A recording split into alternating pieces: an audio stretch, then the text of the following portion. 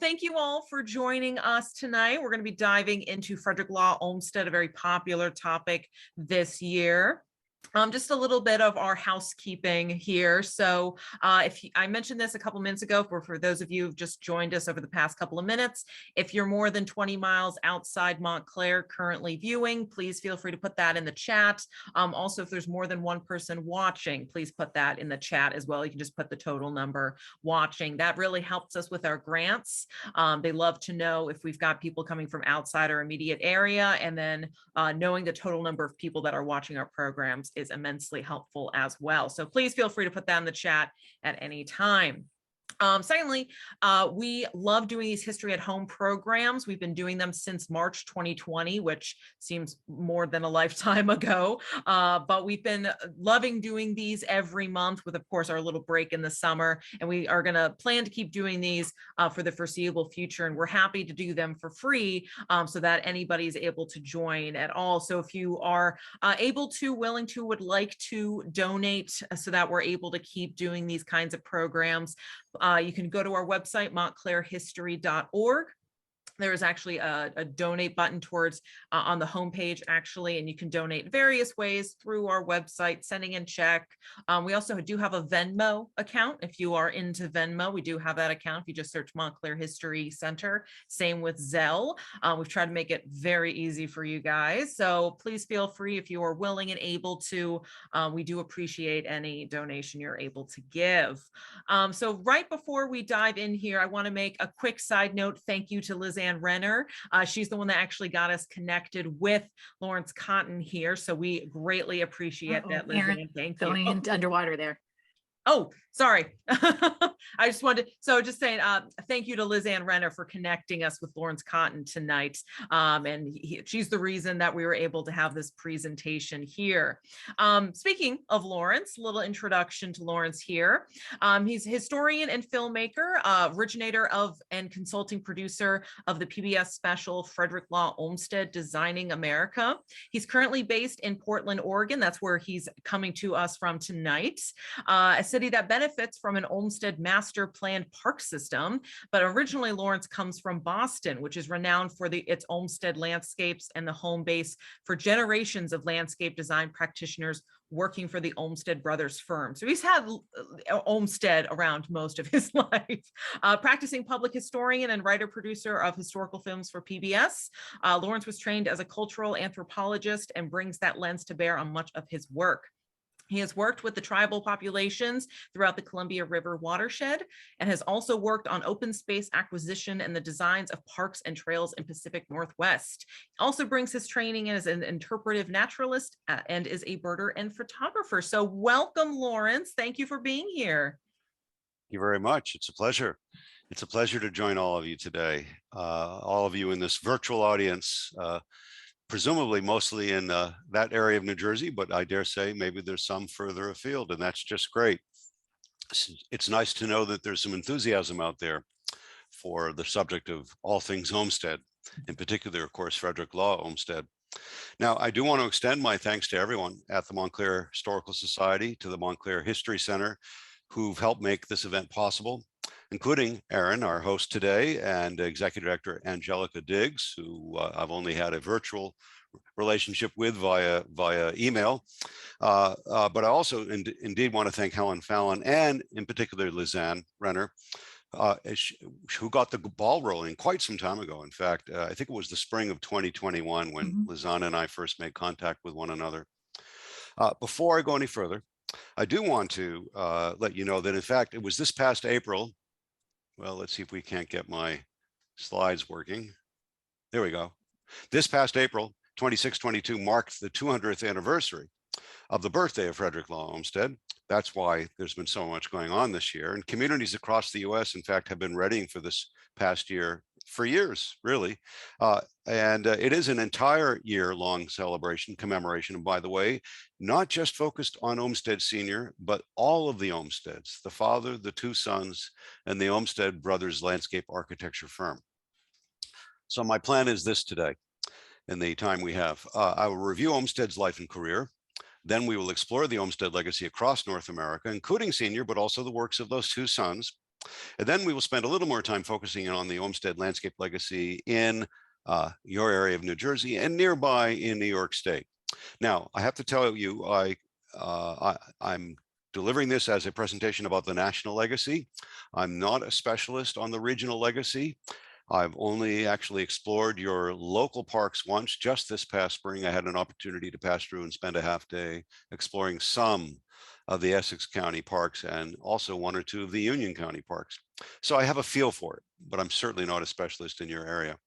Now, allow me to introduce the man of the hour, so to speak, Frederick Law Olmsted. And here is a colorful description of the man by his friend, George Templeton Strong, a well-known public figure and diarist of the day. This is taken directly from Templeton Strong's diary. He is an extraordinary fellow, decidedly the most remarkable specimen of human nature with whom I've ever been brought into close relationship.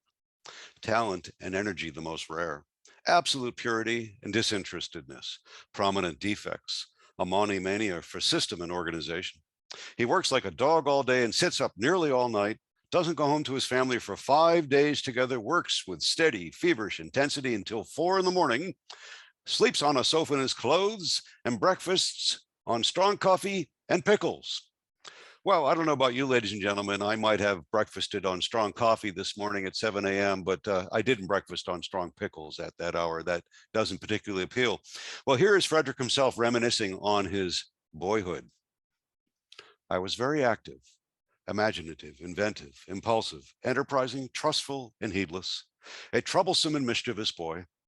I was nominally the pupil of a topographical engineer, but really for the most part given over to a decently restrained vagabond life, generally pursued under the guise of an angler, a fowler, or a dabbler on the shallowest shores of the deep sea of the natural sciences. Well, that mischievous boy turned vagabond certainly eventually made something of his life. I hope you come away from today's program with a more enhanced feel for this man and what made him tick. Central Park, Brooklyn's Prospect Park, there's the Long Meadow, Boston's Emerald Necklace, the White City of the Chicago World's Fair. Okay, I have some what's called sticky slides today on, here we go, the Chicago World's Fair. The park systems of Buffalo, here's Delaware Park in Buffalo, part of a master park system there. And Louisville, here's Cherokee Park in Louisville, also part of a master park system. Legacy Parks in Chicago, here's the Japanese Garden inside Jackson Park in Chicago. That's an Olmsted design. How about Belle Isle, Detroit? It's actually a state park right on the fringe of the city in Lake Erie. Beautiful park, I have to tell you. And here is the Olmsted Linear Park in the Druid Hills neighborhood of Atlanta. How about the Biltmore Estate? I expect many of you have heard of that particular place. How about the U.S. Capitol grounds? That's right, an Olmsted design. Riverside, Illinois, the planned community of Riverside, Illinois, if you will, an outer suburb of Chicago. Mount Royal Park in Montreal, as they would pronounce it up there in that beautiful city. We're actually in the park looking down over the city at dusk. What a beautiful sight. Niagara Falls, the Niagara Falls State Reservation on the New York side of the waterfall complex. Those are just a handful of the more celebrated masterful landscapes designed by Frederick Law Olmsted Sr. But if you add in the parks designs and landscapes carried out by the two sons of the Olmsted brothers firm, the imprint across the geography of North America is simply astounding. 700 public parks and 6,000 commissions in the life of the Olmsted brothers firm. I'm going to start by sharing a few items from media coverage in the past several years. I know we have a very literate audience today, and I expect some are readers of the New York Review of Books. Perhaps some of you remember this article a few years ago now, an article titled America's Green Giant by scholar Martin Filler, and included discussion of new volumes by and about Frederick Law Olmsted, including this collection of his essays that I commend to you. After initially calling attention to the acclaim that has been received by the High Line Linear Park on Long Manhattan's west side, scholar Martin Filler writes this, quote, "Yet however much the High Line has enriched the post-millennial megalopolis, its social effects pale in comparison to the revolutionary vision of the public park as promulgated by its greatest American exponent, the 19th century polymath, Frederick Law Olmsted," unquote. Well, I expect some of you read this a year and a half ago now in the pages of the New York Times. A moving essay by Michiko Kakutani, who is in fact an avid bird watcher. And the heading of this column of hers was Finding Refuge and a Snowy Owl in Central Park. We have to put up a nice snowy picture, wintertime picture of Central Park to start with. And by the way, this is but an extract of a longer column of hers. Quote, Central Park has long provided a refuge from the anxieties and stresses of daily life, perhaps never more so than during the coronavirus. New Yorkers who visited the park every day, as well as those who've long taken it for granted, felt a renewed love for this amazing rectangle of green in the heart of the big city. Its startlingly lush woodlands and rolling lawns, its meandering trails and wide open meadows, and of course, its astonishing wildlife, including owls. Here is the very snowy owl, including owls, hawks, herons, and a dizzying array of other birds who for generations have used Central Park as a vital rest stop in their migratory travels, knowing what many humans only came to fully appreciate during the uncertainties of the pandemic, that the park is a beautiful and essential sanctuary. Now, if I had written that, and no one could have written it better than Michiko, but if I had written that, I would have underlined and bolded essential sanctuary. It's not just an amenity we take for granted. All parks, they are essential sanctuaries in our lives. Just to give you a sense of the path that brought me to this film project, when I was young, I would visit the house of my maternal grandparents very near Boston's Franklin Park. As an adult, I would regularly walk along Olmsted's Back Bay fens and the Fenway to visit the Museum of Fine Arts and the Isabella Stewart Gardner Museum. I would jog around Jamaica Pond and botanize and stroll around the Olmsted-designed Harvard Arnold Arboretum. All of those parks are integrated into Boston's famed Emerald Necklace, a crescent of Olmsted-designed parks and parkways that wind around a major portion of the city. And of course, a little later, in my teenage years, I would visit Central Park, and not until my college years did I finally come and to approach Prospect Park. And in fact, the first time I entered through this arch, Endale Arch, and looked down the expanse of the Long Meadow in Prospect Park, tears welled up in my eyes as I was simply overwhelmed by its sheer beauty and utter perfection. And this was decades before I had a glimmer that I would originate a film about Frederick Law Olmsted. Well, and speaking of which, I expect some of you saw our original PBS film, Frederick Law Olmsted Designing America. It aired a number of years ago. It's had repeat broadcasts regionally and nationally. Perhaps you managed to locate it on pbs.org or watch it on Amazon Prime. By the way, I'll give you a citation at the end of the film, at the end of this program, which will have our direct URL website for the film.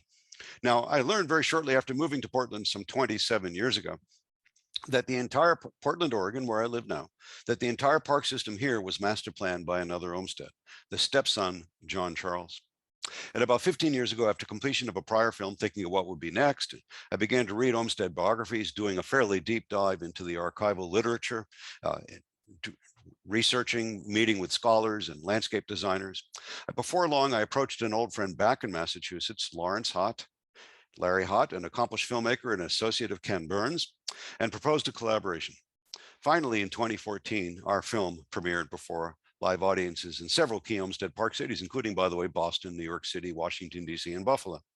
And then it aired nationwide on PBS. I have to give credit here to our executive producers at WNED, Buffalo, Toronto, and to Florentine Films Hot Productions for the opportunity to present this to a national audience. Now, since that time, I've continued to not just present the film, but give talks like this one today across the US. I've continued to dig into the archives, meet scholars, visit new Olmsted Park sites, including private estates that are not open to the public, and revisit some of my very favorite sites. So allow me, in the time that remains, to share, in essence, summarize some of the content of the film, but also to share some of my gleanings with you. Rather than reviewing Olmsted's entire career in this program, what I want to simply do is launch him on his career trajectory and hint at some of the stops along the curvilinear path, if you will, that caused him to become America's great park maker. His early years in brief. Frederick Law Olmsted's life began in 1822 as the first son of a successful merchant, John Olmsted, in Hartford, Connecticut. As a youth, Olmsted roamed his native Connecticut landscape, in the foothills of the Berkshires, if you will, in his father's saddle on horseback, through this New England countryside in virtually silent, contemplative, reverie-filled trips. Young Frederick attended several boarding schools in Connecticut, but he had to abandon plans for college due to weak eyesight. He briefly worked for a New York City dry goods importing firm, but the young man was captured by the romance of life at sea. And in 1843, he set off for China as an apprentice seaman. Thus, Fred Olmsted had his year before the mast, if you will, as a seaman sailing to China and back, and it was a harrowing experience. He barely got out of it with his life. Now, Olmsted did attend lectures at Yale, but he didn't matriculate. It was as his beloved younger brother, John Charles Olmsted, who was enrolled, and Frederick Law Olmsted basically audited his brother's classes and others' classes during this brief period of time at Yale. He did hang out, however, with a cohort of Yaleys, all of whom were influential. There on the top right, that's his younger brother, John Charles Olmsted. Bottom right, here's my cursor. This is Frederick Law. And look at this, he has his right arm around the shoulder of one of his best friends. That's Charles Loring Brace, who would go on to found the New York, the Children's Aid Society, a profoundly influential social reform organization in New York City. And he remained a lifelong friend and advisor to Olmsted. He actually really had a true influence on Olmsted's career trajectory, you could say. Now, in 1846, Olmsted began to explore a career, in fact, as a scientific farmer, a field that was on the rise. At first, he apprenticed at a model farm near Syracuse, New York. Then, with his father's financial assistance, he farms at a not very suitable property on the Connecticut shore. He gives that up after long. It just doesn't work out real well. But subsequently, he buys a larger property on Staten Island, Tussamuck Farm. There is Olmsted's sketch down below, and up above is a mid-20th century black and white photograph of the farmhouse there at Tussamuck Farm. There he makes improvements, lots of improvements in the landscape. He moves a lot of earth. He plants a lot of trees. He even grows vegetables, which he sells. He works on the latest cutting-edge drainage techniques that he had learned about. And you might be wondering, by the way, is that property still there by any chance? Yes, it is. This is what it looks like today. It's the Olmsted Beale House. It's there on Staten Island. This is approximately what it looks like in its degraded state. But a nonprofit, it was recently placed on the state historic register, and a nonprofit, the Friends of the Olmsted Beale House, is busy raising funds and attention to, as authentically as possible, restore the interior, the exterior, and the grounds, and to open it for historic home tours at a date uncertain. So keep your eyes focused on that and see when that might open to the public. Now, in 1850, Frederick travels to Europe and the British Isles in the company of his brother, John Charles Olmsted, and his friend, Charles Loring Brace. More about that trip in a minute. Also in 1850, Olmsted is hired by the New York Times to tour the South and file reports from the field. More about that in a minute too. In 1855, Olmsted becomes partner in the firm that publishes the popular Putnam's Monthly magazine. Here is the June 1855 issue. That business, however, fails in 1857. But that same year, Olmsted's first book about the South, A Journey in the Seaboard Slave States, is published. Now, 1850, it was published in 2 volumes, in fact, but here, this one is indicated as volume 2. Now, 1857 is a momentous year in Olmsted's life. He's appointed the first superintendent of Central Park. And it is after that that he and English-born architect Calvert Vaux collaborate on this, the winning design for the park called Greensward, that famous winning design, Greensward. This is one version of that design. And with that success, Olmsted is appointed architect-in-chief for Central Park. This is the image that many of us have with him, looking so debonair in cape and hat as architect-in-chief for Central Park.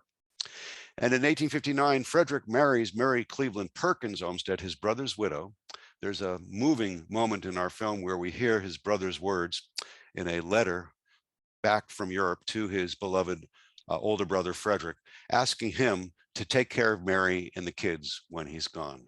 Well, Frederick dutifully obeys his brother's last wishes, marries his brother's widow, formally adopts the children, raising them as his own.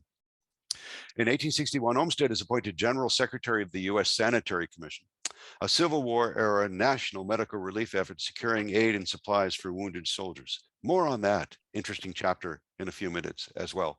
After resigning his appointment with the Sanitary Commission, Olmsted is appointed Commissioner of the Yosemite and Mariposa mining estates.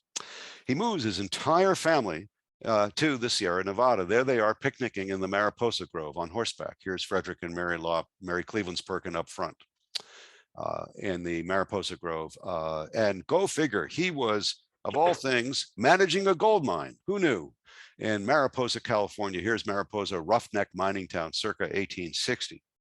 But while there, Olmsted is appointed to a California State Commission, and he plays a leadership role in writing the first report proposing the permanent protection of Yosemite Valley. More about that report and its importance later. In 1865, Olmsted is reappointed landscape architect for Central Park, and with Calvert Vaux, he begins work on Prospect Park in Brooklyn.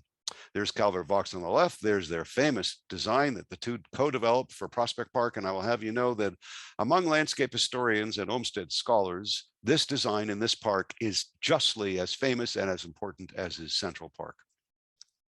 And on Broadway in Manhattan, Olmsted and Vaux opened the first office of landscape architecture practice in the US, thus launching a unique career. Now, over the course of his life, Olmsted experienced considerable family tragedy, early deaths of mother, brother, and children, his own near death in a terrible carriage accident in Central Park that left him maimed for life, and he was plagued with a nearly lifelong struggle with dark depression. Facing these other physical ailments towards the end of his career, fighting infirmities and utter exhaustion, he was still designing the landscape for the 1893 World Columbian Exposition in Chicago and the grounds of the Biltmore Estate, and supervising the creation of these, his final masterpieces, as is detailed so well in the book, The Devil in the White City by Eric Larson. Then, after a few years of waning physical and mental health, he tragically lost his mind. Olmsted passed away in 1903 at the McLean Asylum on the outskirts of Boston, an institution the very grounds of which he had designed. What a life. Now let's review certain aspects of that career, or perhaps we should say careers, his manifold roles of scientific farmer, social reformer, capable administrator, writer, editor, and literary publisher, landscape designer, and last, but certainly not least, master park builder. Frederick Law Olmsted Sr. was first and foremost a social reformer, and his career was central to the social reform movement of the US during the second half of the 19th century. He was a philosopher of democracy. He read widely and deeply and wrote thoughtfully about this subject and manifested it in his philosophy of park design and in his actual park creations. I'm going to put up this nice picture. This is, Sheep Meadow in Central Park was actually closed during the height of COVID. And this is when it reopened in the spring of 2021. And this is two brief extracts of what Olmsted had to say about this beautiful park. Quote, "It is one great purpose of the park to supply to hundreds of thousands of tired workers who have no opportunity to spend their summers in the country inexpensively what a month or two in the White Mountains or the Adirondacks is at great cost to those in easier circumstances." In Central Park, you will find all classes largely represented with a common purpose, each individual adding by his mere presence to the pleasure of all others, all helping to the greater happiness of each. You often see vast numbers of persons brought closely together, poor and rich, young and old. As one of our commentators, historian Keith Morgan, said, Olmsted intensely believed in democracy and the park as a site for the enactment of democracy. In fact, there's recent scholarship that only underlines this.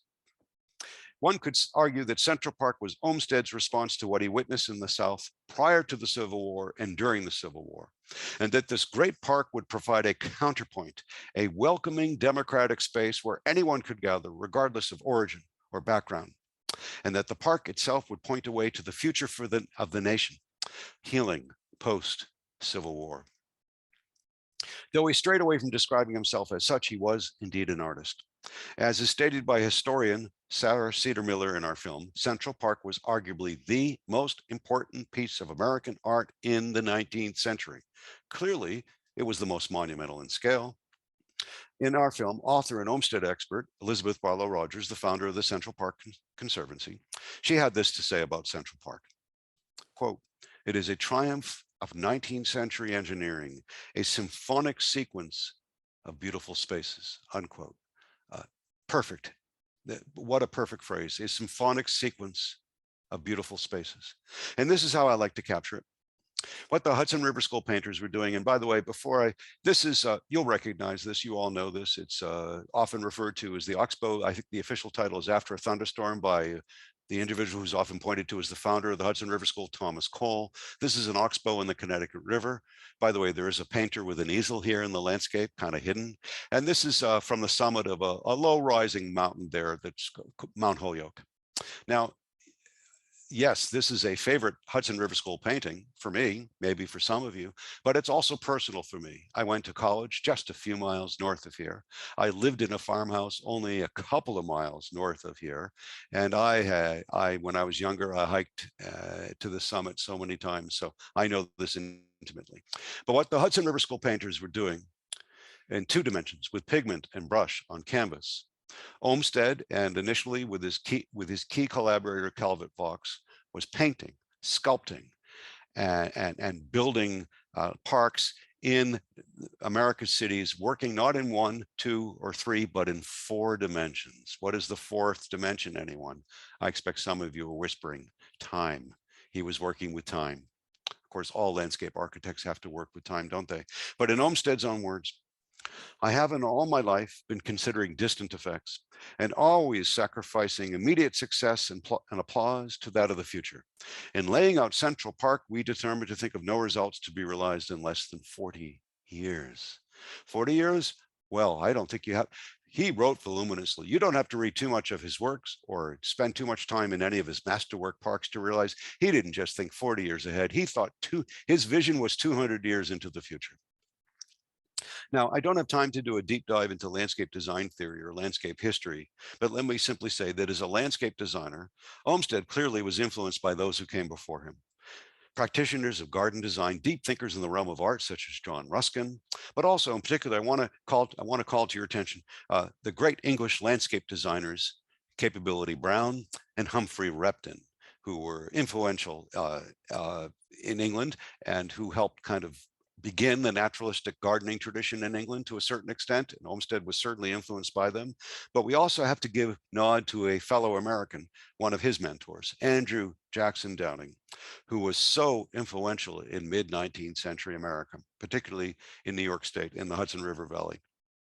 Now, I also want to offer this a shorthand. If you're reading the literature of the time, if you're reading the writings even of Thomas Cole himself, if you're reading the Romantic poets of England and the English Lake Country, if you're reading Ruskin, and if you're reading Olmsted, you're seeing references to the sublime, to the pastoral, to the picturesque. Now, it's hard to recreate the sublime in an urban park setting, right? So what is the sublime? Back then, of course, they captured it in the Hudson River School paintings, the Adirondacks, the Catskills, the White Mountains, Niagara Falls. In Europe, the sublime, of course, would have been the Matterhorn, the Alps, the crags of the English Lake District. Hard to do that in a city, but you certainly can recreate the pastoral and the picturesque. And Olmsted interwove these elements in all of his masterworks, as did his sons who followed. So rather than describing it to you, I'm just going to demonstrate it. Here is the sheep meadow in Central Park, a wide open sunlit meadow fringed with trees. It's a great place for people to gather in numbers if they so choose.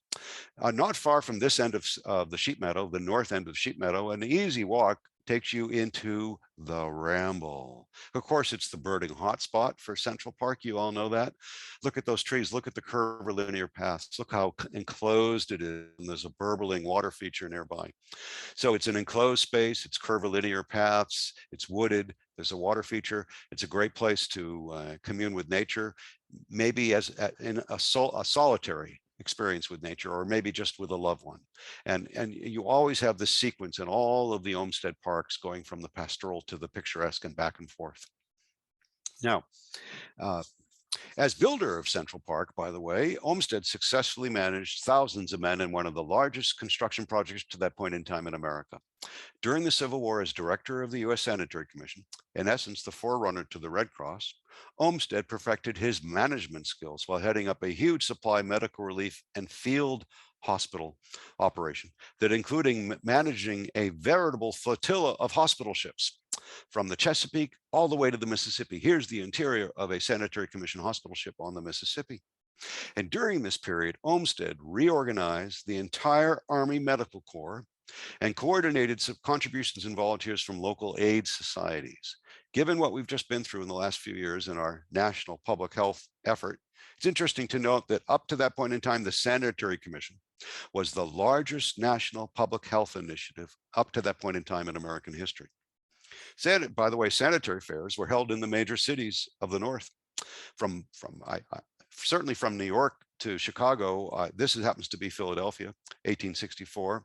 Catherine Prescott Wormley. Most of the women leaders of the day, who were also leading social reformers, were involved in raising funds to support the Sanitary Commission. And by the way, Catherine Prescott Wormley was a nurse who worked in the field at Olmsted's side and wrote graphically about how absolutely driven he was. And by the way, the two of them served together with the USSC during the Civil War, or in the aftermath of two of the bloodiest battles of the Civil War at Antietam, and here is the USSC set up in Gettysburg, 1863. They worked together at these sites. They saw the bloody aftermath of those two terrible battles of the war. Now, what about his early writings? Let's talk about Olmsted as a writer, editor, and publisher.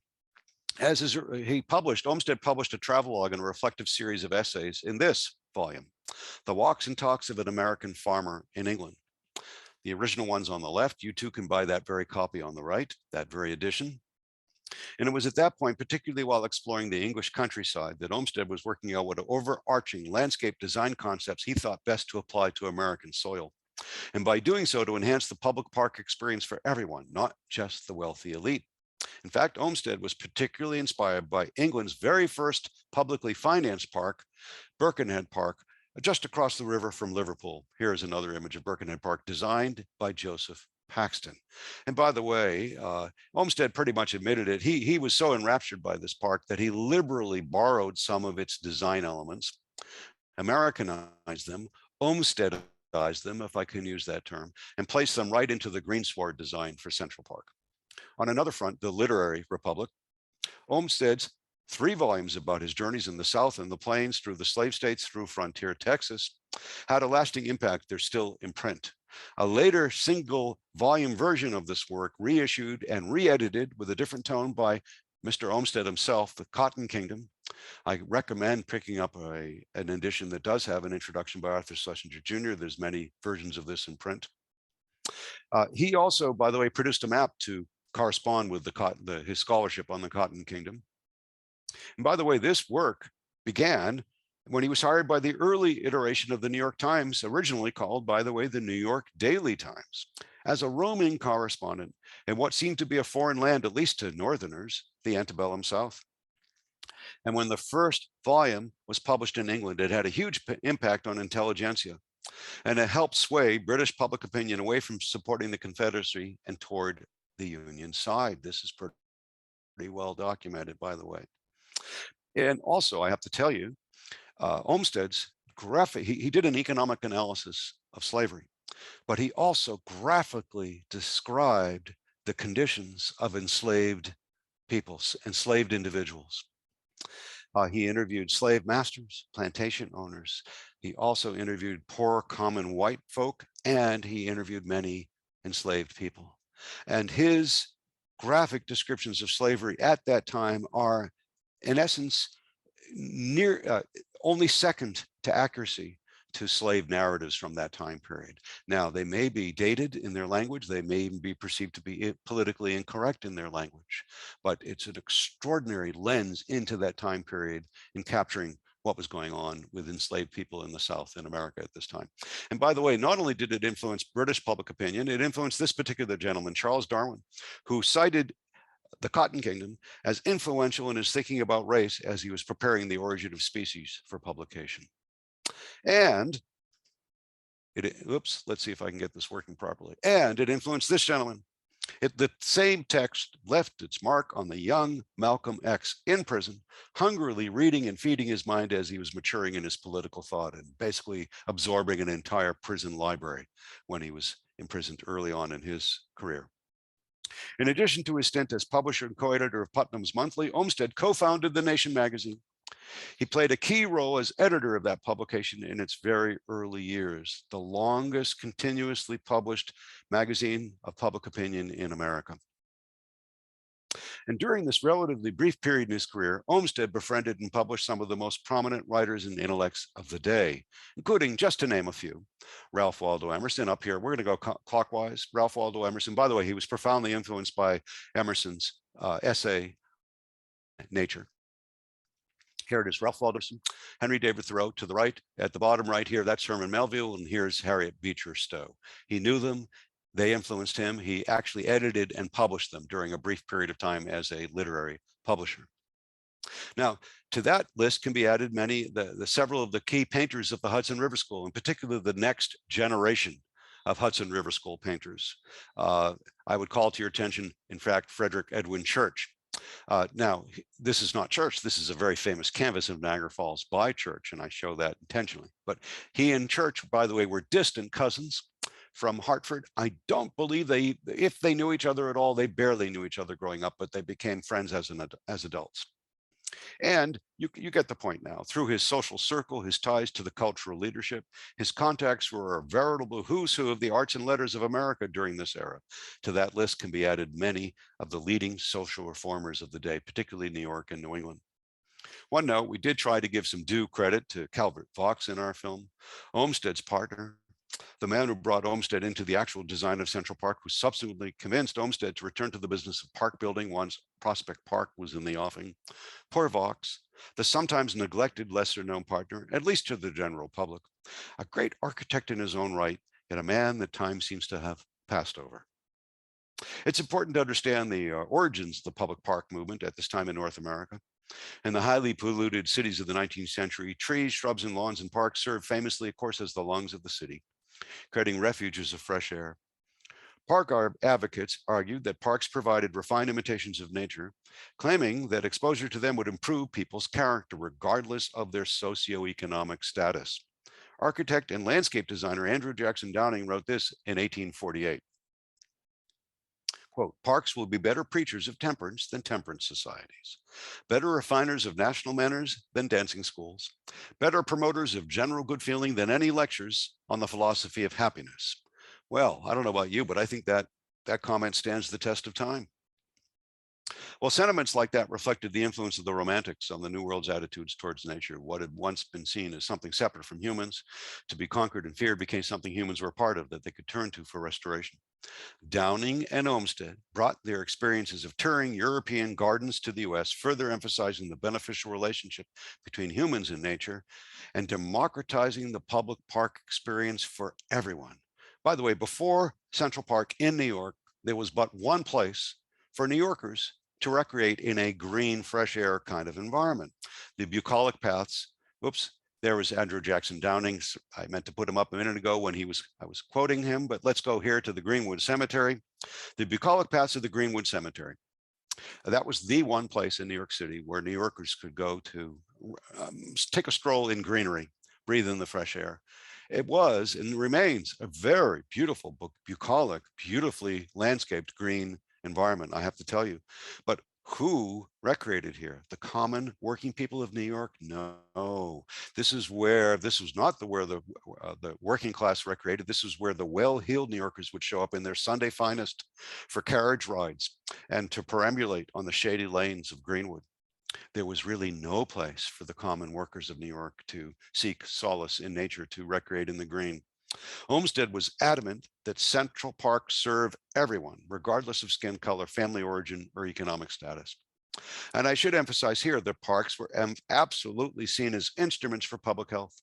In the mid-19th century, New York, all cities were still, in mid-19th century, New York and all cities were still dealing with outbreaks of cholera and other diseases. In fact, Frederick Law and Mary Olmsted lost their first child due to an outbreak of cholera in New York. Now, in their argument supporting the design for Central Park, Olmsted and his collaborator Vaux wrote this in 1868 while we enjoy another picture of greensward. Quote, There is no doubt that the more intense intellectual activity which prevails equally in the library, the workshop, and the counting room makes tranquilizing recreation more essential to continued health and strength. Civilized men are growing more and more subject to insidious enemies to their health and happiness, and against these the remedy cannot be found in medicine or in athletic recreations, but only in sunlight and such form of gentle exercise as are calculated to equalize the circulation and relieve the brain, unquote. Now, there's somewhat archaic language there. You may not entirely agree with their case for passive versus active recreation. After all, times have changed. But as you can see, along with Henry David Thoreau, you could call Vaux and Olmsted here as early proponents of forest bathing, a concept that, in fact, the modern version of which came to us from Japan, but much in vogue at this time. Now, I have to wonder, folks, think about Olmsted and Vaux, and think about Henry David Thoreau for that matter. I wonder what they would think if they were with us here at this time, when they would see people outdoors in an urban park, in a county park, in a state park, or heaven forfend, in a national park, with earbuds in their ears, continuously beaming a soundtrack, or even worse, like this trio on a park bench, who knows where, with their eyes entranced by their shimmering screens and completely oblivious to the external world, including natural sounds and sights around them. Now, they might be solving the problems of the world, ladies and gentlemen, but you know what they're doing. They are paying attention to their social media feeds. What has become of us? And I'm going to point the finger at myself. I'm not just pointing at all of you and all, I'm including myself in that. Now, our film zooms in on the stories of Central Park, Prospect Park, Buffalo, and Boston's Emerald Necklace. A few comments about those projects before I move on to other parks and other members of the family. Olmsted and Vaux, by the way, considered Prospect Park their masterpiece. For one, they weren't hemmed in by a rectangular area as they were at Central Park. They didn't encounter nearly the same level of political or fiscal interference as they did at Central Park. Plus, they didn't need to make as many compromises with their original design as they did at Central Park. By the way, I have to show you this picture. When I first entered through Endell Arch, yay, many years ago, that's what it looked like on the top. As some of you might know, the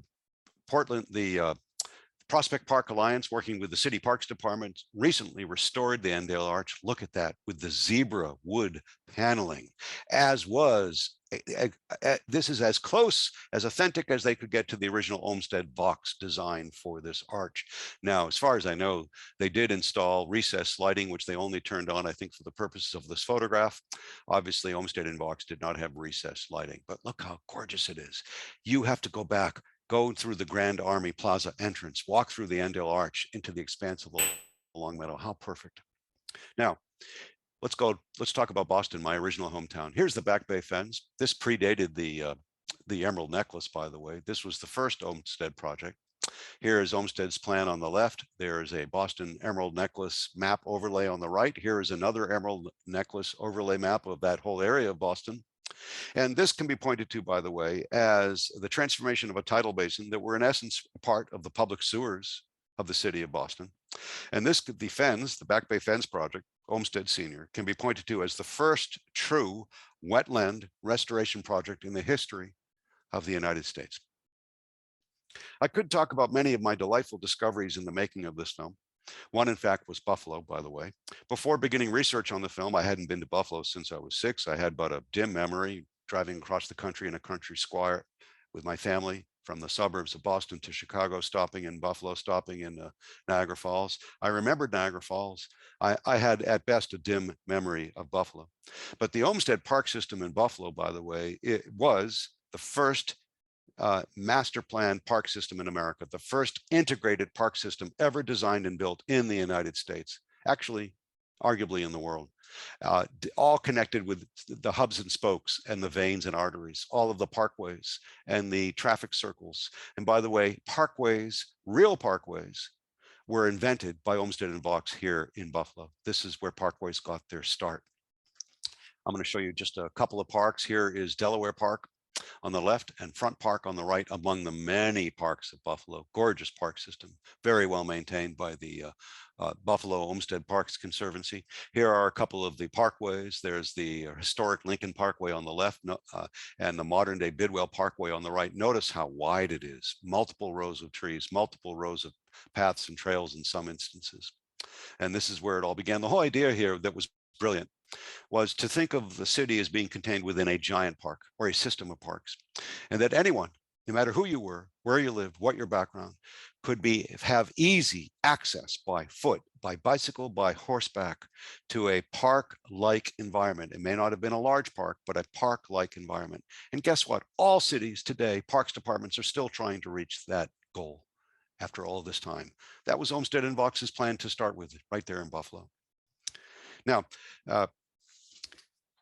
near Buffalo, by the way, is a complex I want to call to your attention. It's this. What a beautiful building. What a beautiful landscape. Recently restored, pre-COVID, it was restored and reopened to the public. The Richardson Olmsted Complex, it's just on the outskirts of downtown Buffalo. It started out life as the Buffalo Insane Asylum, and it's one of many collaborations between architect Henry Hobson Richardson, H.H. Richardson, and Frederick Law Olmsted. Richardson, of course, did all the architectural elements, as with the case with this building, and Olmsted did the gardens and grounds, which were restored. You too can tour the grounds. Unfortunately, during COVID, the beautiful hotel and restaurant complex closed, and I don't think it is yet reopened. But it is a meeting site, conference center with amenities. I don't know what the current plans are for the building. Hopefully, post-COVID, new tenants will move in and reopen the entire complex, but you can tour the grounds. Now, what near Buffalo is another place, right? I referred to it earlier, the Niagara Falls State Reservation, designed by Olmsted and Vaux. This is what it looked like before they got a hold of it. Part of it looked like this. A little background is in order. In the 1860s at Yosemite, Olmsted had advanced the theory that a public had the responsibility to protect scenic beauty. In the 1870s, he put theory into practice at the highly degraded industrial site of Niagara Falls. And the national campaign to preserve the waterfall complex was called the Free Niagara Movement, led by Frederick Law Olmsted. It amounted to the first big national campaign for scenic preservation. And it resulted in unparalleled legislation by the legislature of the state of New York to create a brand new reservation, the Niagara Falls State Reservation, the first state park in the nation. And they hired, of course, Frederick Law Olmsted and Calvert Vaux to landscape this new park. And here it is. I'll call it up. Here it is. Here's their plan for the Niagara State Reservation. They actually did plan the entire park, but let's focus on this. This was their jewel, their pride and joy, Goat Island. And I entirely agree with the commentary in our film, by the way. Go out to Goat Island, landscaped by Olmsted and Vaux, and surround yourself with, here's the bridge, the first bridge to Goat Island. Here's the second bridge to the Three Sisters. Go out there surrounded with those stunning rapids above the waterfall. And with the mist rising and the roar of the falls below, it is a rich visual and also soundscape oral experience. Very cool. You'll experience the waterfall complex like you never have before if you've not yet ever gone out to Goat Island. Now let's talk about the elder of the two sons, John Charles Olmsted, also known as John Charles, John C., sequentially nephew, stepson, and business partner of Frederick Law. He apprenticed with the elder Olmsted in professional practice as a landscape architect. He learned his father's acute skills of reading the land, understanding soil and vegetation types, and he acquired his father's artistic skills as draftsman and landscape designer. He joined his stepfather's firm in 1875 after graduating from Yale. And before his father's retirement, he worked with his father on many projects, including the Back Bay Fens in Boston, the Biltmore Estate in Asheville, North Carolina. Then as senior partner with the Olmsted Brothers firm, he led the Essex County, New Jersey park system to a master plan. Here is, of course, famous Branch Brook Park with the cherry trees in bloom. And John C. Olmsted master plan the entire Essex County park system, as all of you know, the first countywide park system designed as such in America. I'll return to that a little later, by the way. More will be forthcoming on that. Now, in addition to all those sites, John C. Olmsted also worked in Atlanta, Louisville, and Chicago park system projects. John C. Olmsted left a huge mark where I live in the Pacific Northwest, from Idaho to Victoria, BC. He was invited out here. In essence, the three cities informally or unofficially cost shared. The three cities, that is Portland, Seattle, and Spokane. And upon his early visits to the area, John C. Olmsted was struck by the vistas, the irregular terrain, tall trees in Puget Sound, Douglas fir, Puget Sound, islands, and mountains in the background. He was struck by vistas like this one, Mount Rainier from Seattle. There is Mount Rainier looming in the background, 1920s, and other kinds of characteristic Pacific Northwest vistas. Now, and he wanted to capture this in all of his parks, particularly his parks for Seattle. Before I actually drill down and talk about a few of those sites, I do want to point out an interesting phenomenon. He left Boston, the very proper Bostonian. What a proper Bostonian he was. He left Boston just like that. He started spending more and more time traveling by train, by the way, to all the three cities here in the Pacific Northwest. And over time, his appearance changed. Look what happens. He becomes Sherlock Holmes. He cops, here he is, Pacific Northwest style. He cops a Sherlock Holmes look. The only thing's missing is the pipe. The funny thing is, folks, the same thing happened to me. I moved from Boston to Portland, and the same thing happened to me many years ago. You just can't help yourself. These things happen when you move from New England to the Pacific Northwest. But he left, here are but some of his projects in Portland, the Lewis and Clark Centennial Exposition of 1905 that put Portland on the national map, a World's Fair. He did the same thing with the AYP Exposition of 1909 in Seattle, the Alaska, Yukon, Pacific AYP Exposition. By the way, look at the center. Now, as with all World's Fairs, it's temporary, right? But the centerpiece will remain. I'll show it to you in a minute. Here is the Drumheller Court of Honor, Drumheller Fountain, a greatly exaggerated artistic rendering of Mount Rainier to the southeast. And notice this next picture. This becomes the centerpiece for the University of Washington campus, UW, as everyone would call it there. Here's the modern campus. Here is the Court of Honor. Here's the Drumheller Fountain, and much more accurate in this photograph to the southeast, there is Mount Rainier. So the AYP exposition grounds designed by John C. Olmsted become the centerpiece of the modern campus of UW. Now, he also left a huge impact in Seattle. This might remind you of a picture I showed you a little while ago, or I will show you yet, of his father's map of, I did show you, of parks in Buffalo. 35 parks in this instance for the city of Seattle, 35 parks, almost all of which were connected by parkways. And most of those parkways are still in existence in Seattle. Not all of them, but most of them. And certainly most of the parks are. Greatest number of parks and parkways that he did of any of his commissions for the Pacific Northwest cities. Here is Volunteer Park in Seattle, still there today. Here is Green Lake Park, a modern photograph of Green Lake Park. What a beautiful park, with a beautiful path that goes all the way around its perimeter. And here is the Washington Park Arboretum, all designed by John C. Olmsted. Just a few of the huge number of gorgeous parks in Seattle, all Olmsted parks. In my hometown, just a mile or so from where I am speaking to you now, is what is pointed to as the most characteristic Olmsted Park in Portland, Laurelhurst Park. Now, it wasn't directly designed by Olmsted, but it's considered, it was designed by the anointed first superintendent of our Parks Department, who actually studied with the Olmsteds. So he designed it in the Olmsted aesthetic style, if you will. Laurelhurst Park in Portland. Now, John C. Olmsted also in a 1908 Portland Parks report to the city, to the board of superintendents of the park, he recommended that the city protect this vast forested landscape that overlooks the city of Portland. I'm going to give you another image. This is what we call Forest Park today. Here's this Willamette River corridor. Here's the St. John's Suspension Bridge. This is the downtown core of Portland, way to the south in this image. And this entire landscape today is the second largest urban wilderness reserve in the United States, the second largest urban forest reserve in the United States in the lower 48. 5,200 acres and counting, right above the city of Portland. What an amenity it is. It's crisscrossed with beautiful trails, including this most popular one, the Wildwood Trail, with a brand new bridge across the permanently flowing creek there. Quite an extraordinary resource, recreational resource for the city of Portland. By the way, it also includes pockets of old growth trees, and it's a wildlife corridor. Elk, cougar, and black bear are seen at the fringes of the city of Portland, thanks to the wildlife corridor that leads right into Forest Park. Now, before I talk about Junior, I want to introduce the theme of the world of the City Beautiful movement, folks. The City Beautiful movement, because it's fundamental to understanding who Junior was and what he did in America.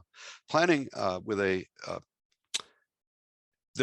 first, let's talk about his work on the World Columbian Exposition. The elder, working on the World Columbian Exposition, had further developed his ideas for planning a comprehensive system of parks, shaping the land to create spaces that seemed natural, but had in fact been highly designed to achieve a particular effect. He believed that cities could be improved through the application of the principles of landscape architecture. In a democracy, Olmsted Sr. argued, the health of the republic relied on the civic health of the voting population, and that public parks in and of themselves could enhance the civic strength of a community. And by the way, this is Lake Park in Milwaukee that'll come just a little later, but it is often pointed to as a City Beautiful era park, but it was designed by Sr., who, by the way, it's another comprehensive park system there in Milwaukee, designed by Sr. It was later in Olmsted's career, though. Now, planning with a comprehensive view was a new idea in North American cities. Up until then, cities often grew in a haphazard fashion.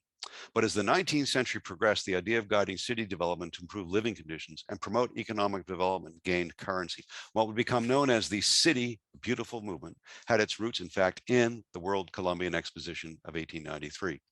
And the director of that World's Fair, architect Daniel Burnham, used this exposition as a showcase. Here, famous for this expression, of course, make no little plans. He used the exposition as a showcase to show how architecture, landscape design, and plan development would create the White City, landscape designed by Olmsted Sr. Here is Olmsted's general plan. A beautiful, orderly, functional space that contrasted sharply with the many chaotic and disorderly urban areas at that time. Now, I fully realize that the White City was a temporary stage set of folly and a utopian fantasy, as all World's Fairs are, but it did set something significant in motion, something that would become known as the Macmillan Plan for Washington, D.C. So speaking of the Macmillan Plan, let's turn to Sr.'s namesake, his own son, Frederick Law Olmsted Jr., often referred to as Rick. The younger brother, who also was brought into the family practice. Olmsted Jr. left a considerable mark across America, from Southern California to Florida, and to numerous sites in our nation's capital. Jr., also called Rick, was born on Staten Island, New York. He was the son of Frederick Law Olmsted and Mary Cleveland Perkins Olmsted, the widow of Olmsted's brother. And from his earliest years, young Rick Olmsted was aware of his father's fervent desire to have him carry on both the family name and the profession. And from early on, his father insisted that the son become far better educated in botany and horticulture, as the father felt inadequate in those two subject areas. In the waning years of his life, the father included his young son in the culminating projects of his own career. While still a student at Harvard, young Olmsted spent a summer working in Daniel Burnham's office as the White City of the World Columbian Exposition arose in Chicago. And after graduating in 1894, Rick spent a year on site at Biltmore, the 100,000-acre estate being developed for George Vanderbilt in Asheville, North Carolina. By the way, I could do a whole program on Biltmore. Keep in mind, for those of you who've been there, it's not just the gardens that are adjacent to the famous home, the largest private home ever built in America. It's the entire wider landscape that was all meticulously designed to the individual plant by Olmsted, to the individual plant, the entire master landscape of the entire estate, not just the gardens. Now, and following his father's formal retirement in 1897, Jr. became a full partner with his half-brother, John Charles, in the family business. And by the way, the family practice. This is that site. This is their home, called Fairstead. This is the site of the family practice in South Brookline, Massachusetts. It is now a national historic site operated by the National Park Service. You too can go there and be greeted by park rangers, see the exhibits, sit through films, go on guided tours, visit the drafting rooms. If you have authorization, dive into the archives with their archivist and tour the restored garden. It is exquisite, and it's just a stone's throw from a section of the Emerald Necklace. So add that to your tour the next time you're in Boston. Now, both sons, by the way, John Charles and Frederick Law Olmsted Jr., played key roles, along with Beatrix Farrand, in founding the ASLA, the American Society of Landscape Architecture. And Jr. also helped establish and taught at the first professional landscape architecture program in the nation at Harvard, the Harvard Graduate School of Design, influencing generations of landscape architects and urban planners. He emerged on the national scene in 1901 when he was, in fact, appointed to the Commission of Fine Arts for the District of Columbia, known as the Macmillan Commission. Here is the plan. Charged with interpreting for the 20th century Pierre Charles L'Enfant's visions of the nation's capital. He, in fact, worked with his father's colleagues from the Chicago World's Fair to transform Washington into a work of civic art, if you will. And a but partial listing of Junior's projects in the nation's capital reads like a guide to Washington, D.C. I'm going to show you but a few of these sites, including the National Mall, the Jefferson Memorial, Roosevelt Island, the National Cathedral grounds, the National Zoo, the White House grounds, here indicated as the Executive Mansion, and Rock Creek Park. If you're working in the hothouse political atmosphere of DC, you need a nearby place to escape to, you go to Rock Creek Park, where Junior master planned the entire parkway and the series of linear parks along that parkway. Speaking of the nation's capital, by the way, I do want to remind you that Frederick Law Olmsted Sr. also left his mark there. He did extensive landscaping work on the US Capitol grounds, including reorienting the entrance and designing and seeing to the installation of the Capitol steps. I'm going to repeat that once, the Capitol steps. Remember, Olmsted Sr. saw all his public commissions as public spaces where Americans would enact democracy. I'll leave it to you to ponder over whether the events of January 6th of a couple of years ago came anywhere near the notion that Olmsted would have held for the enactment of democracy American style. In August 2015, the National Park Service hosted a special event commemorating the 150th anniversary of Olmsted's historic report that you see before you here, the Yosemite Valley and the Mariposa Grove of Big Trees. That report is largely credited with providing the basis for the creation of Yosemite National Park. And the report's thoughtful wording is in essence considered by many to be the first step in the establishment of our national park system. You might remember that the National Park Service celebrated its 100th anniversary in 2016. In fact, Frederick Law Olmsted Jr. also played a key role in writing this very language for the Organic Act of 1916, the founding legislation for the U.S. National Park Service. Like father, like son. For 30 years, Rick advised the National Park Service on issues of management and the conservation of scenic resources. He left his mark on national parks from coast to coast, including Maine's Acadia National Park, Everglades National Park, the Great Smoky Mountains National Park, and Yosemite National Park. To this list could be added Redwoods National Park, by the way, and several others. What about those visitor centers? You've been there. What about all the approach roads? You've driven them. They're all landscaped, all the approach roads and the exit roads, all the visitor centers, all those trails around the visitor centers. Someone has to landscape them. Well, the National Park Service now has consulting or resident landscape architects, but they didn't always. And in the first part of the 20th century, it was often the Olmsted brothers who landscaped these sites. So let's take a trip back east, take a look at some of the residential complexes designed by the Olmsteds, father and son. First, I'm going to start. Well, here's an image of Yosemite that's out of place. But, you know, I got to give you one beautiful image of Yosemite, one beautiful image of at least one national park during this program, don't I? Isn't that gorgeous? Now, I want to talk about this, however. Here's Riverside, Illinois, meandering path in one of the many parks in Riverside, a intentionally planned green suburb of Chicago. Riverside, Illinois, beautiful place with ample setbacks for all the homes, parks along the Des Plaines River, just an extraordinary place, Riverside, Illinois. But the father set things in motion there in the 19th century, and Junior followed suit. Junior followed suit with the Forest Hills Gardens in Queens. Still there today. You can visit Forest Hills Gardens, recently in the news, because after all, a big tennis championship occurs there every year. Roland Park in Baltimore, still there today, by the way. And this is a contemporary photograph. Mountain Lake Estates Historic District in the Central Highlands of North Florida, just south of Orlando a ways. I bet this landscape has just taken a beating. Now, notice this. That's the Carillon. That's the Singing Tower in this place. Bach Tower Gardens, the absolute jewel of a botanical garden, originally designed as a private bird refuge, but it became a beautiful botanical garden, all master planned, all designed by Frederick Law Olmsted Jr., his botanical gardens masterpiece in Central Florida. Now, where else do we find Olmsted Jr. across the country and other Olmsted parks? Let's go out west because most Americans have no idea of the breadth of the Olmsteds across America, including in Denver, the entire Denver Mountain Park system designed by Jr., master planned by Jr. For 16 or so properties that sprawl across 4 counties on 14,000 acres of land.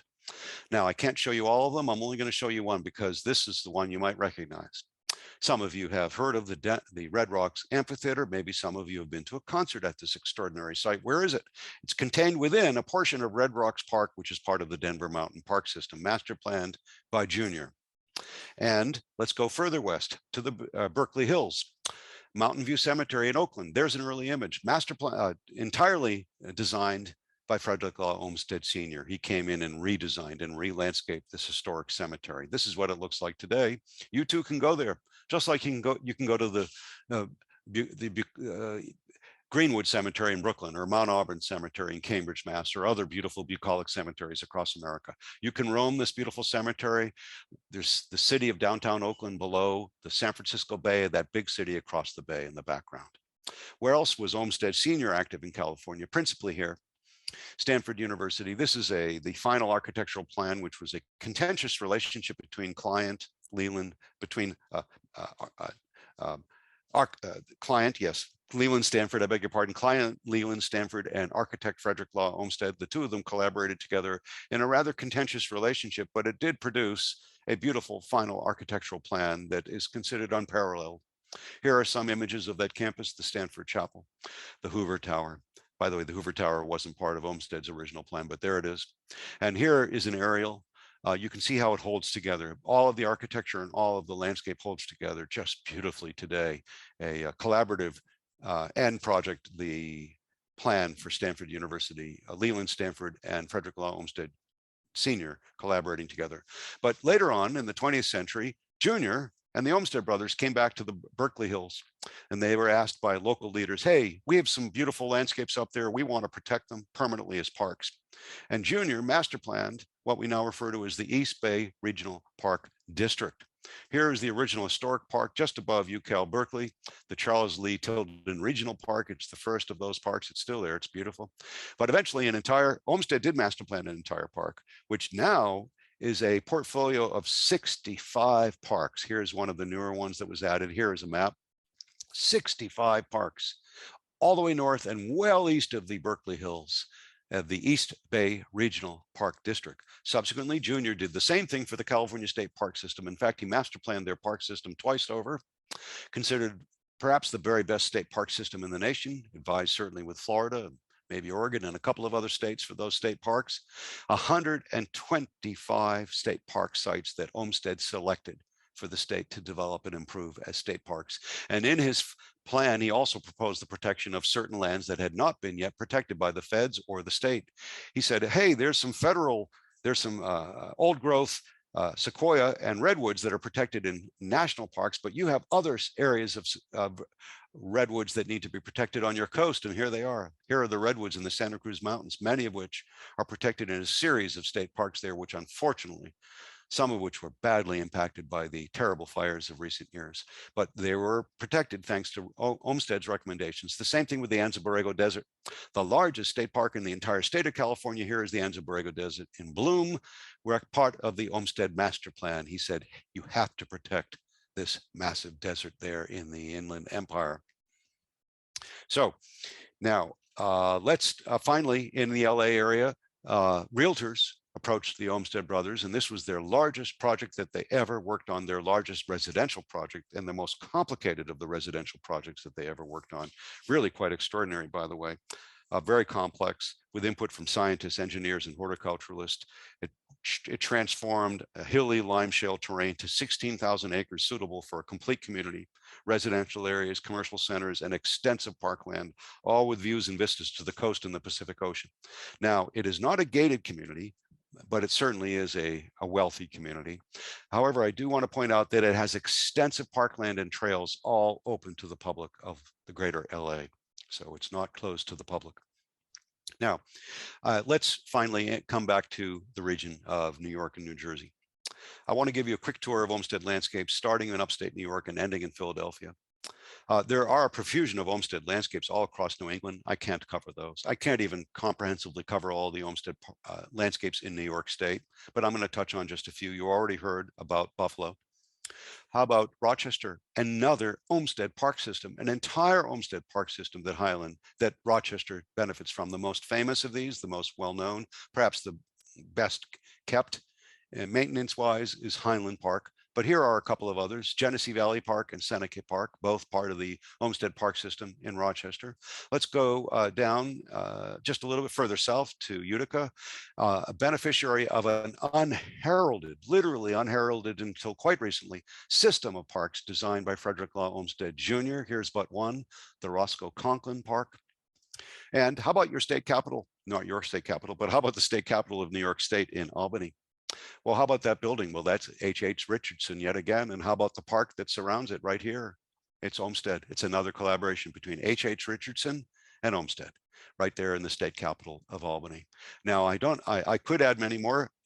By the way, Vassar College has a bit of an Olmsted imprint on it in the 20th century from the Olmsted brothers. But here's a rather famous park that's received some attention lately. It's been restored. It's Downing Park in Newburgh. And Olmsted and Vaux, it was one of their last collaborations. And they designed this in honor of their mentor, Andrew Jackson Downing, who was a Newburgh native. And they did this as a memorial to this beautiful park, Downing Park, as a memorial to Downing there in Newburgh. It's a lovely park, well worth visiting. Now let's go to New York City. Many sites, you know, they're so numerous, but I'm going to feature but a few. Union Square, not so known by many, is also an Olmsted Vaux collaboration.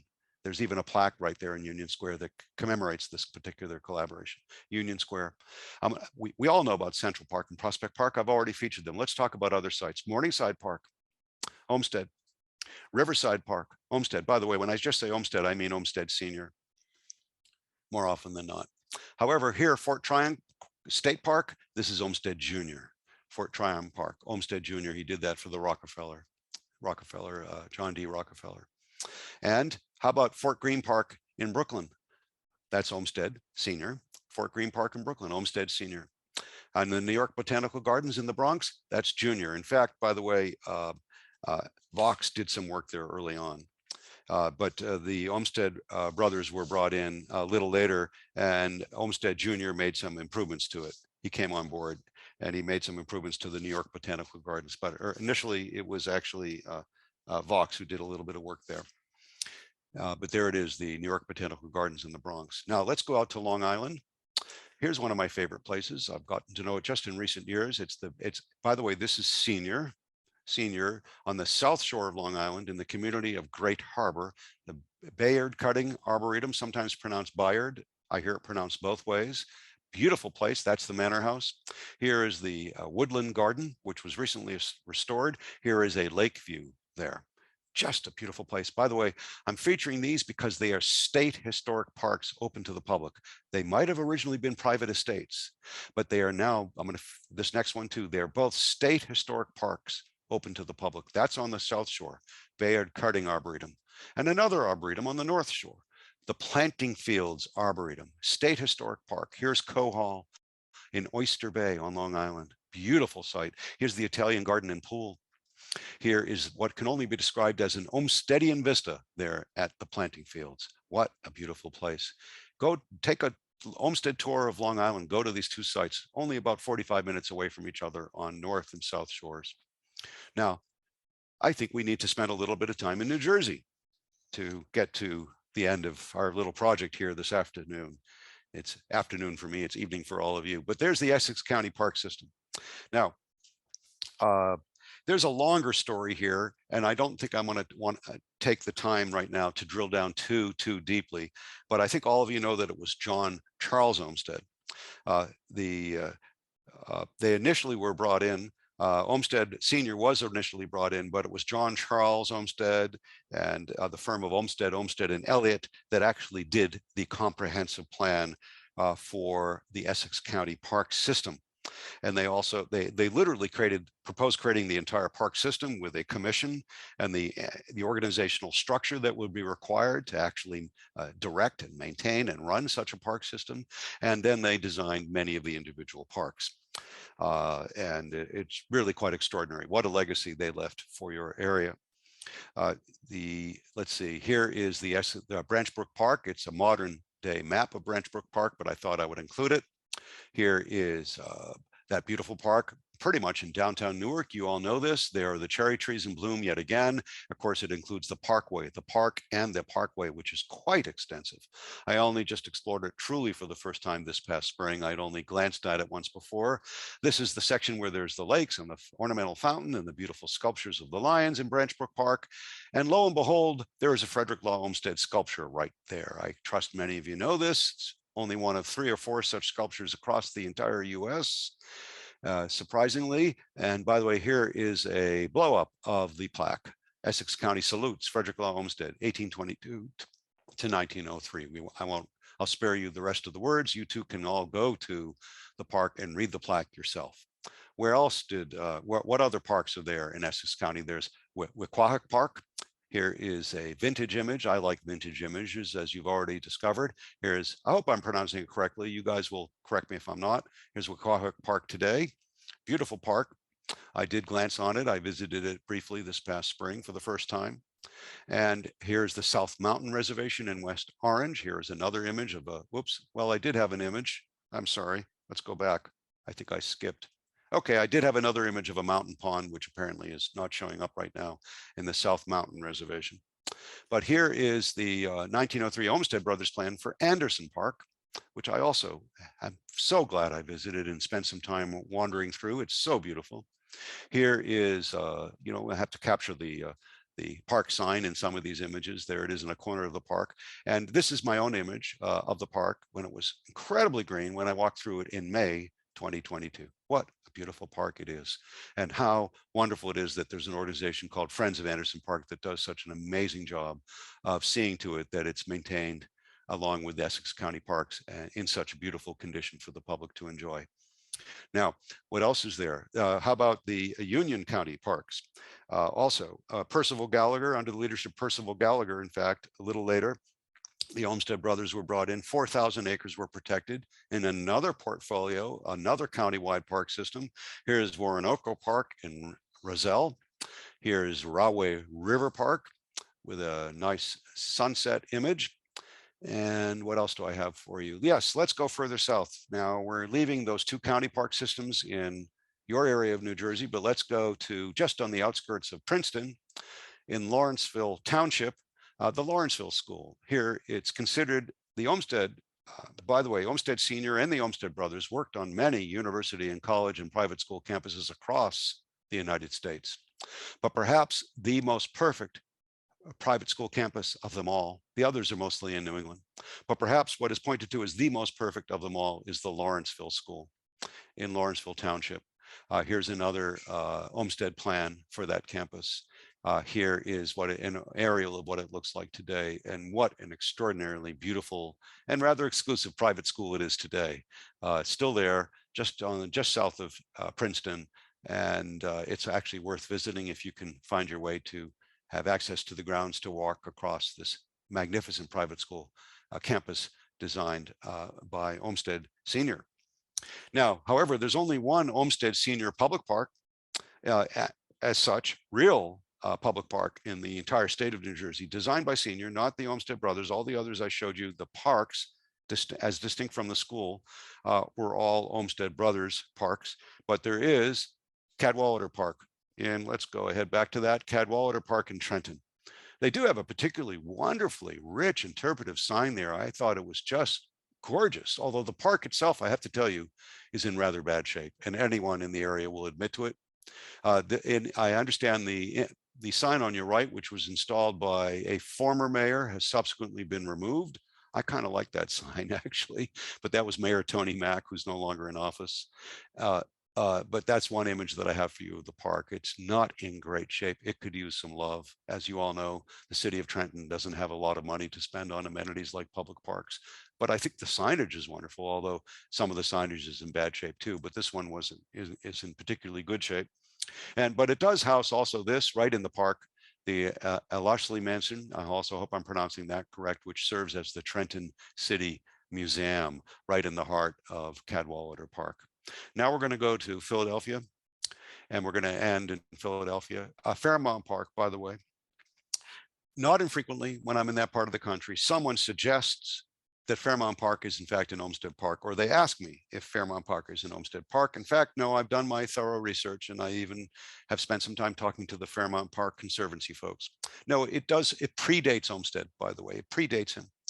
But as I understand it, Fairmount Park, in fact, might have served in some respect as an inspiration for Olmsted when he was looking at other parks in America that came anywhere near his notion of the kind of public parks that he wanted to build.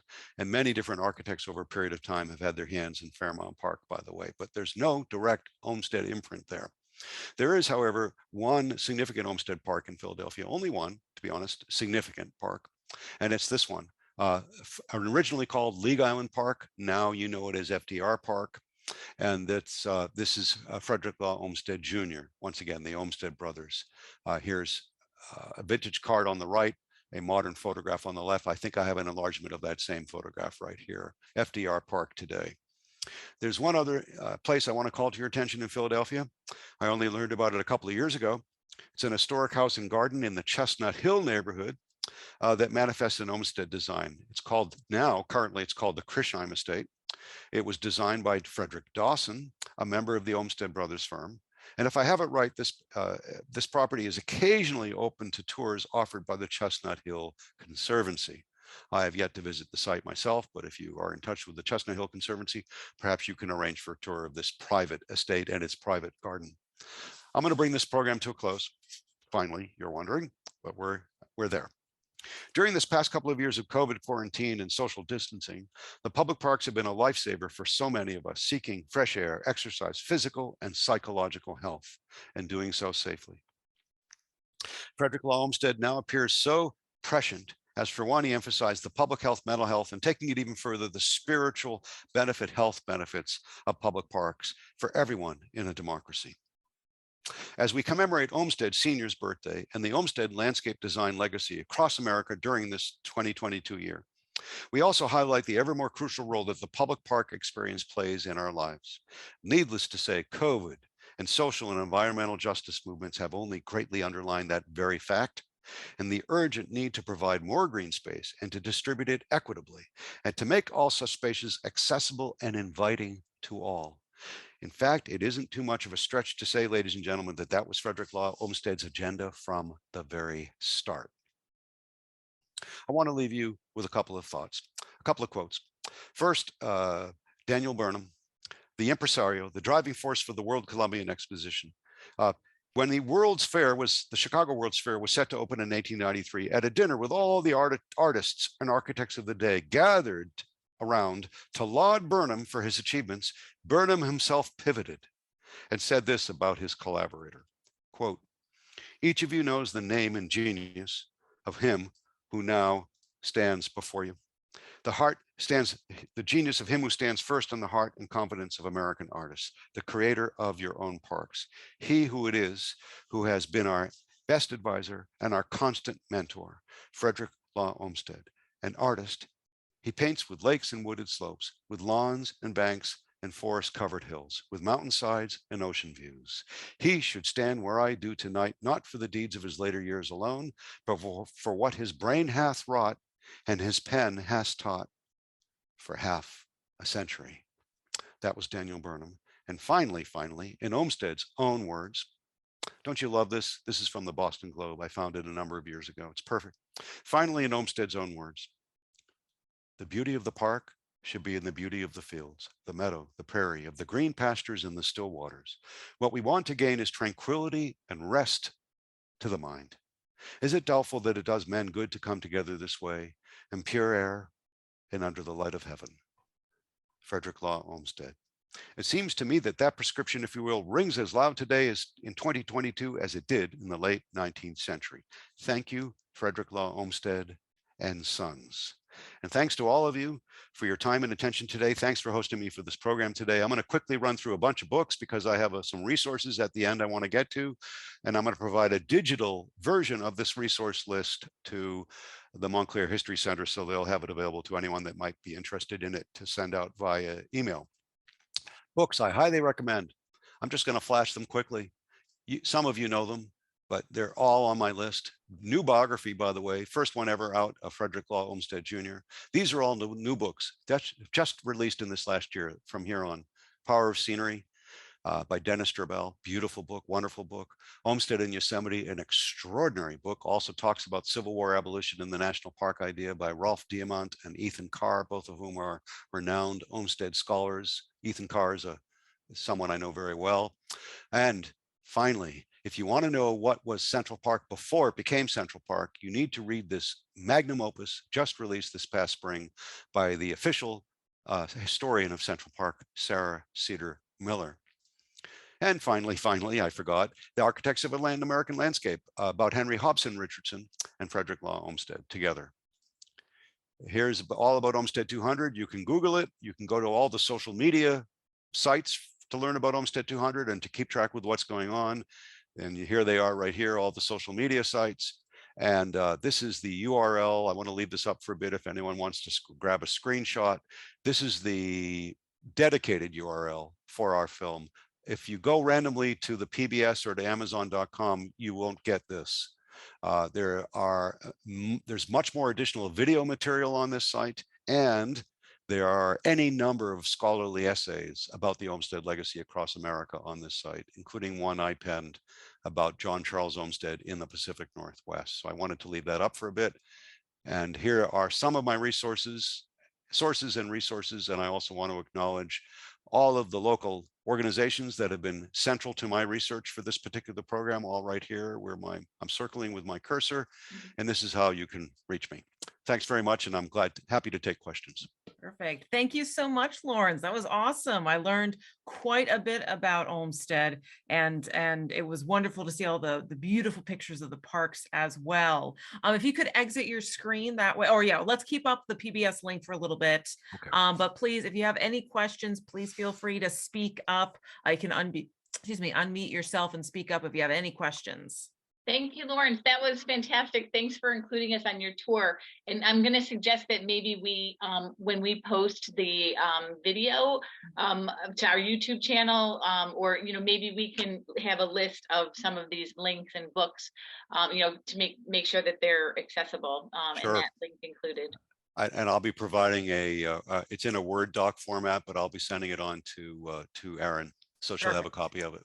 Great. Perfect. And thanks again, Lisanne, for making this introduction. Like Aaron, I learned so much during your presentation, and you covered so much ground. It was fantastic. I cover almost too much ground in too short a period of time, don't I? And it's Wequahic Park, by the way, is how Thank you pronounce that. Thank you. I knew I would be corrected. I appreciate it very much. Wequahic, thank you. Yep. Right. Anybody else have any questions? Oh, there must be some. No. Well, I have a couple of comments that came in through the chat. Claire Ben says, I have so many places I want to visit now. Thank you so much for all the amazing historical background and beautiful photos and postcards. And I have to say, so Claire is actually my mother, and she is not a nature person at all. So the fact that she wants to visit all these parks now is quite an accomplishment, I have to say. And Ginny says, thanks so much for the great overview of the Olmsted family. Jean says, wonderful. Elaine says, thank you. I learned so much. Great presentation. Pam says, very inspiring. So a lot of positive feedback, a lot of good things. No questions so far in the chat, though. Okay. Well, since there aren't too many pressing questions, one question there's any number of questions that will often come up, of course, but one that does is, are there any landscape architects working in the Olmsted vein today, so to speak? Yes and no. Certainly, landscape architecture has evolved considerably. Different methods, different materials, different ideas, different aesthetics. And by the way, one thing that you could fault Olmsted for, in particular Olmsted Sr., was the planting of many exotic non-native trees.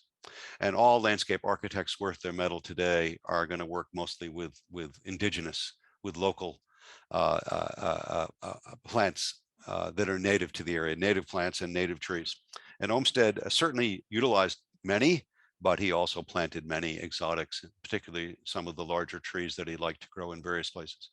But I do want to call to your attention, there are extraordinary landscape architects working worldwide today, doing extraordinary work, including, by the way, I noticed Sasaki and Associates. Some of you might know that firm. They've been doing some master planning for the Lawrenceville School. If you go to the website for the Lawrenceville School, there's a new master plan, and it's Sasaki and Associates, and they're a renowned landscape design firm doing work all over the country. I often come across their work.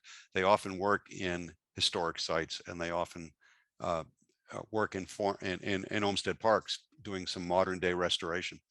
But one place I do want to call to your attention that I think is somewhat unique.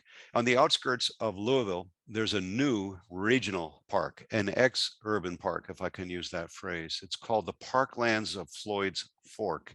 It's an extensive linear park system, and it was created by a public-private partnership. But if the parent organization is called 21st Century Parks. But if you go to their website for either 21st Century Parks or the Parklands of Floyd's Fork, you'll see it is entirely inspired by Olmsted, entirely. Right at the get-go, they make that point, that they see themselves as carrying Olmsted's vision for Louisville into the 22nd century.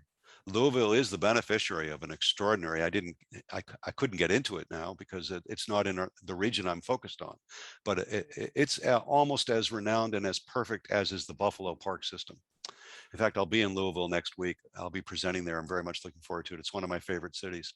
But now on the exurbs south of the city of, I think it's south of the city of Louisville, is this extraordinary modern park system. If you look at the landscape design elements, they're going to appear much more modern. Some elements might remind you of the High Line, okay? Or they might remind you of other contemporary landscape treatments that you've seen in other new parks across America, maybe the Brooklyn Bridge Park, if you've been there. And yet, there are elements there. There are elements. It's the symphonic sequence of beautiful spaces. There are elements that you can see that there's some Olmstedian and brilliance behind the master plan, and I commend them on that. That they're combining old and new. They're combining something from the 19th century with something that's very 22nd century, and it's really quite special. So sometimes people ask me, is there anything that I would point to that's the Olmsted of the present day? And there are other examples, but that to me is the one shining example that I know the best. So folks, if you ever visit Louisville, and you must, not only visit the Louisville Park system, the Olmsted Park system, but get a rental car or an Uber or something and go out to those southern suburbs and visit the Parklands of Floyd's Fork. You'll be impressed. Thank you. We do have a question that came in through the chat. Okay. What was Olmsted's role in removing Seneca Village from the Central Park site? Good question. I was wondering if that might come up. So, by the way, it is detailed. In fact, Sarah Cedar Miller has blogged about this for the Central Park Conservancy, and you can go to her own website, and she has blogged extensively. Also, she's been quoted extensively. She has received a lot of media interviews. No one has done more thorough and exhausting research than Sarah. And the gist of it is this. Firstly, Olmsted came there at the very end, at the very last phase of what you could conceivably call removals, for lack of a better word, or displacements. And there were some serious removals and displacements of an historic African-American village called Seneca Village. So several things I want to point out. First of all, there were other people removed from other parts of Central Park. And Seneca Village itself was a multi-ethnic village. It included Germans, it included Irish, included, I think, a couple of Native Americans. It did include a large African-American contingent. Now, a corrupt administration of the city of New York that predated Olmsted actually negotiated fair market value for eminent domain. And all of the landowners in Seneca Village, landowners, many of whom were African-American, the equivalent of middle-class African Americans at the time, who actually also owned property downtown and had second properties at Seneca Village, which they often rented. They were all paid market value of the time, according to all of the real estate records that Sarah has exhaustively researched. Then tenants came in, and tenants were paying rent to the city of New York. And during the last phase, when there were only about 20 families left in Seneca Village, in September 1857, that's when Olmsted started his work at Central Park in that phase. And presumably he was there during the time when these last families were removed. They were tenants paying rent to the city of New York at the time. We don't know what he thought about this. We have no records in his diaries. I've done some exhaustive research myself. I'm wondering if it presented any conflict to his values, particularly after his writings about enslaved people and his work on this volume, The Cotton Kingdom, and how he actually became a committed abolitionist, I'll have you know. He actually even sent guns and war and manuals to those opposed to slavery for the free state of Kansas. So he became a committed abolitionist. So I have to think that it must have presented some conflicts for him at this last minute, but he was there, he inherited a situation, and he simply carried out the very last phase of it during the September and October of 1857, when most of the individuals had already been removed by a corrupt administration on the one hand, and the owners had in fact been paid fair market value for their homes in an eminent domain relocation. So it's complicated, it's nuanced, it's been misreported and misunderstood. It's nonetheless tragic, absolutely tragic, and terribly disturbing that an historic African-American community was in essence completely displaced in order to build Central Park. But again, Olmsted was only there at the very last phase of it, and he wasn't directly involved in the original implementation of that. So that's as long as I want to take right now and as nuanced as I can get. But I do recommend going to Sarah Cedar Miller's blog, and if you care to, reading her book, which is voluminous. Well, she has 2 chapters that address this, of a much larger book about what predated the property there, the land that became Central Park. What was its prehistory? So it's a good question, and it's an appropriate question for this year, given the events of recent years and what's going on in America, to address this as directly and as honestly as possible.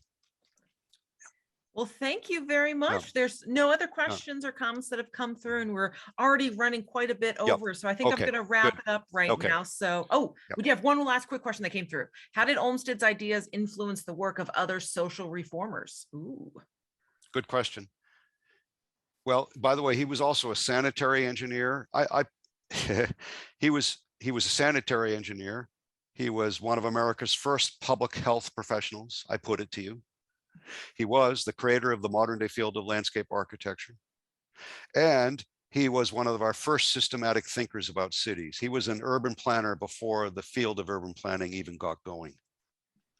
So, and he was influenced by the Transcendentalists deeply. He was influenced by social reformers who were trying to ameliorate the economic conditions of the working class in America's cities, including the work of someone like Charles Loring Brace with the Children's Aid Society. They influenced him as much as he influenced them. They were all part of that same group, basically trying to improve the conditions in our urban settings at all levels, but including, obviously, providing green spaces for people to recreate, to enjoy the fresh air, and to seek exercise and the revitalization that comes from immersing yourself in nature. So that would again that question would require a longer time for a sufficient answer, but he absolutely influenced his peers just as they influenced him, and they were all working together to improve the life of urban Americans at that time. Thanks very much, all. It's been a pleasure, and I hope the dog enjoyed the program too. He did. Thank you so much, Laurence. That was wonderful. Yes, thank you. Thanks a lot. I look forward to visiting Montclair again. Thank you all. Please do. Please do. Okay. Good night, everyone. Thank you. Good night. Good night.